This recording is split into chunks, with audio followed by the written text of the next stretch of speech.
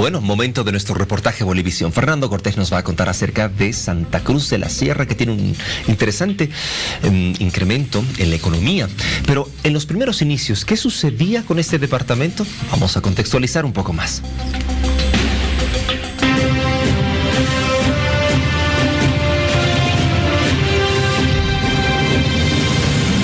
Reportajes Bolivisión.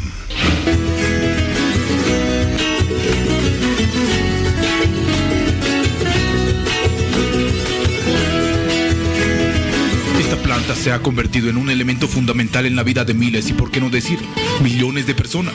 En su entorno se creó cultura. Gracias a ella se lograron cumplir metas y sueños. Muchos coinciden que sería la madre de la economía en Santa Cruz.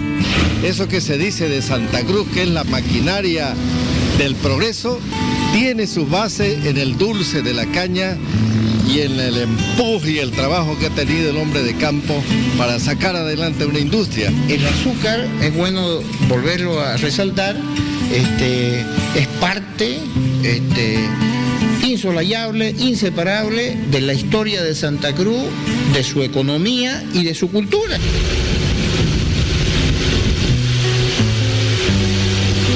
Si hablamos de la caña de azúcar, tenemos que referirnos a sus orígenes. Historiadores aseguran que nuestro continente primero llegó a la región del Caribe, luego los españoles la trajeron a Bolivia.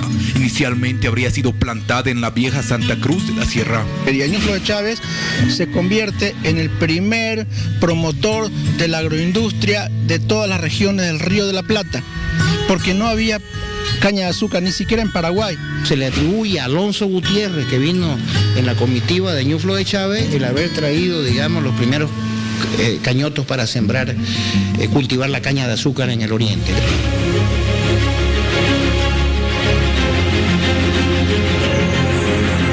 En la época colonial muchos se dieron cuenta de su importancia, entonces empezó la producción de azúcar y la venta en otras regiones. El producto cruceño llegaba a ser comercializado en Potosí mediante mulas y bueyes. Nosotros recién hemos tenido un camino para rodados, ¿no es verdad? Porque hasta antes eso eran desfiladeros tortuosos de caminos de mula. Así competía el azúcar, digamos, con el azúcar de Cusco de manera desventajosa, aparte los gravámenes que tenía en el estado boliviano, como emergencia de la guerra del Chaco.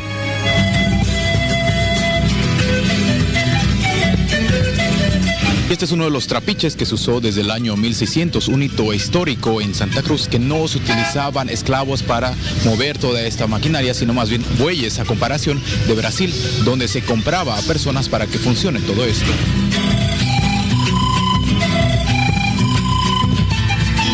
Desde la época colonial hablamos desde el año 1600 aproximadamente, que se usó hasta muy entrado el siglo XX, hasta el año 1950, 60, incluso se venía usando ese trapiche. Es una maquinaria que consiste en una pieza que es labrada a mano por los antiguos pobladores. Este hombre, digamos, el pailero, era un verdadero especialista, era reverenciado, porque tenía una enorme capacidad y sensorialidad y sensibilidad para con el éxito, que es muy delicado, ¿no?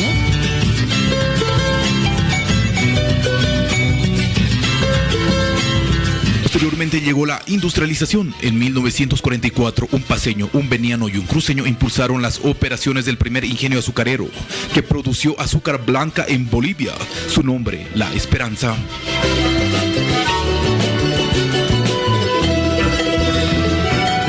Mucha de la vida de la región giraba en torno a la producción de caña, ¿no es verdad? Inclusive, como le digo, ¿no? Incidía en todo prácticamente. Durante 21 años La Esperanza produjo miles y miles de quintales de azúcar para el mercado boliviano hasta su cierre y posterior desmantelamiento en 1965. Paralelamente, los cruceños pedían a gritos la creación de un ingenio azucarero dependiente del Estado. En la década de los 50, expertos americanos llegaron a realizar estudios de economía, pero recién con el presidente Víctor Paz Estenssoro se impulsa la industria cañera y se crea Guavirá. Creo que el tema industrial azucarero en Bolivia ha tenido grandes transformaciones, grandes cambios. Nosotros podemos hablar, si vamos a hablar en producciones, Guavirá era un ingenio que producía 5 millones de litros de alcohol, hoy produce 90. Con la llegada de la zafra cañera también llegó la migración. Miles de bolivianos del occidente se trasladaron al oriente. Vea, estas son las primeras planillas de pago de un ingenio azucarero. Algunos trabajadores no tenían apellidos. En esos casos se los registraba con el nombre de sus poblaciones. Por ejemplo, José Porongo o Fernando Camba. En resumen, llegaron personas con una sola mochila y ahora son empresarios. También inició los estudios a la caña de azúcar. A final de los años 60, empezando los 70, había la necesidad de la creación de un ingenio azucarero de cañeros para cañeros. Él liderizó este grupo de más o menos 1.500 familias migrantes y constituyeron un agro. ¿Cuándo comienza la investigación en caña en Bolivia? En la década del 50 se pide colaboración a Estados Unidos y se comienza a hacer los estudios de caña de azúcar. Aquí en nuestro vecino, se llamaba Estación Experimental de los Llanos, ¿no? Que ahora es el CIAT.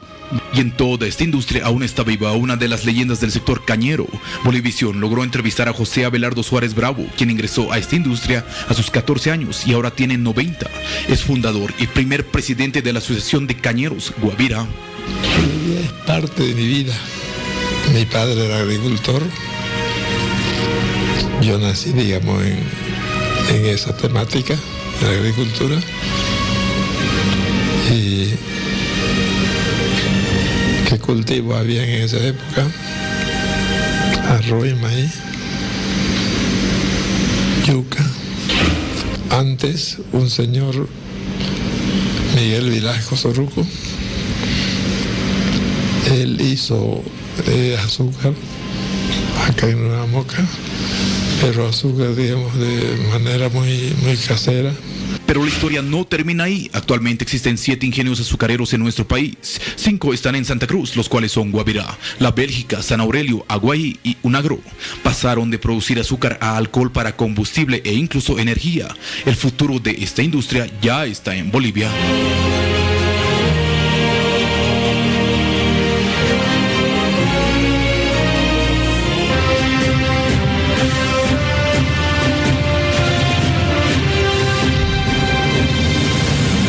Reportaje